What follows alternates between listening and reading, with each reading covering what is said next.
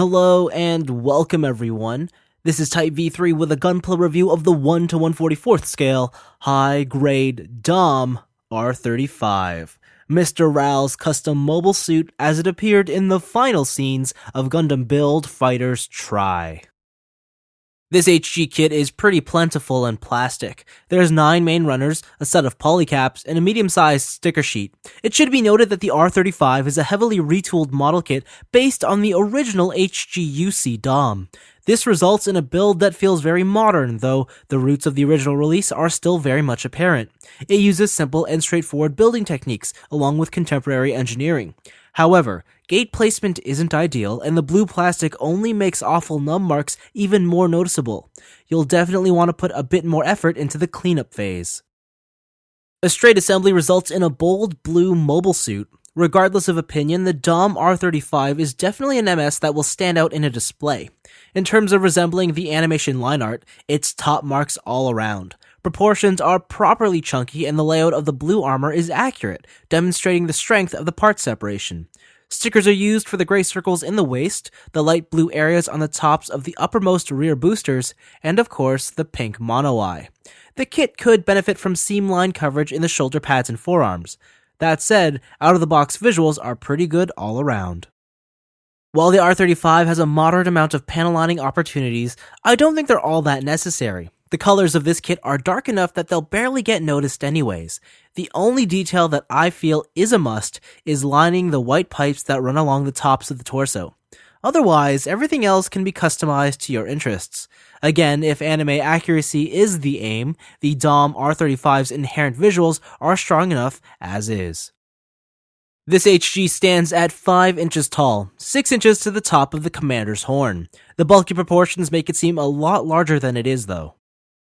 For articulation, the Dom's head is on a ball joint, and it's pretty restricted. I mean, because of the size of the head and the size of these color points, left and right is not going to be that good. Tilting is almost impossible. Looking down is, well, that's all you're going to get. Looking up, though, not too bad. What you can do is you can pull the front faceplate off, and this piece, this mono eye, is posable. You can move it left and right, up and down a little bit, and then when you've decided on a place that you like, you can put the faceplate back on, and then you'll have them looking to the side, and it's a pretty neat gimmick. For the torso, you have a ball joint in the waist and one in the upper torso, and this gets you some movement. As you can tell, it gets stopped a bit by the waist collar there, and then the rocking back and forth sort of works. It's okay. On my copy, what happens is the top end tends to slide back a bit, so I don't know. It's something that you may need to tighten up on yours. On mine, it's just a bit loose. The arms are connected on polycaps that swing out a little bit. They swing a little bit forward, as you can tell. The thing is, I don't like how they're not very flush with the armor, so you're always going to have this little gap there, and it's a bit, to me, it's not the nicest visual quality of this kit. The actual shoulder itself, there's a hinge that goes outwards. You do have a bicep rotation. This is a double joint here at the elbow, but because of all the armor junk going on, you're only going to get about 90 degrees out of it, which is a bit disappointing.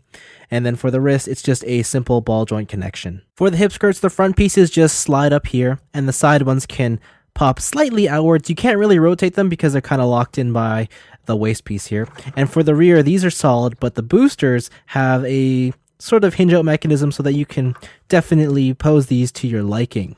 The hips here are just universal joints that go forwards and outwards, again a bit limited, but the thing is, these are very loose. I've always found this connection here to be very loose, and this definitely attributes to the whole leaning back problem with this kit. You do have double joints at the knees, but here's another problem that I found. When you bend the double knee joint, what'll happen is it tends to just pop off. And this has been my biggest issue. I can never seem to keep the actual leg on, so that's just something to note. As for the leg itself, it's basically got this little hinge out connection here for the rear booster, and then the toe section here, or the foot, is a hinge and a ball joint piece. The last noteworthy feature are these little claws things that are located on the back sides of the arms. These can actually open up, and they have a little claw section. They open up on both sides, and if you noticed, these also exist on the knees, so these ones open up here as well.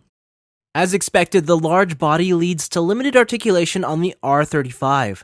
That said, the poor build quality is the larger issue here.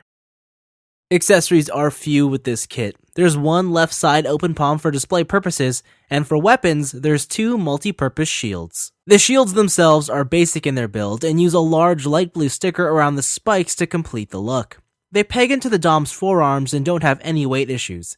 You can flip the shields around and fold down the tops to reveal a pair of machine guns. Another option is to use the built-in handles and turn the shields into ramming spikes. These shields are definitely multi-purpose.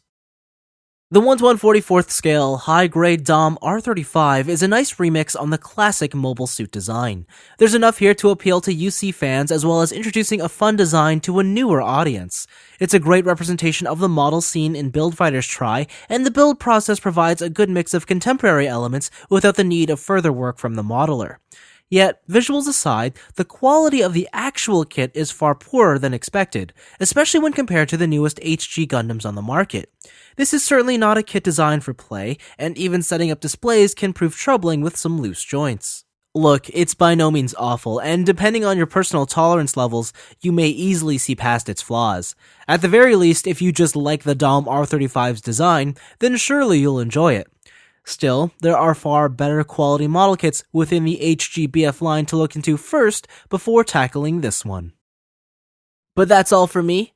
Thanks for watching, and let's brush away these cool blues with something that burns with a bit more red. Or maybe we'll just try on something completely different altogether.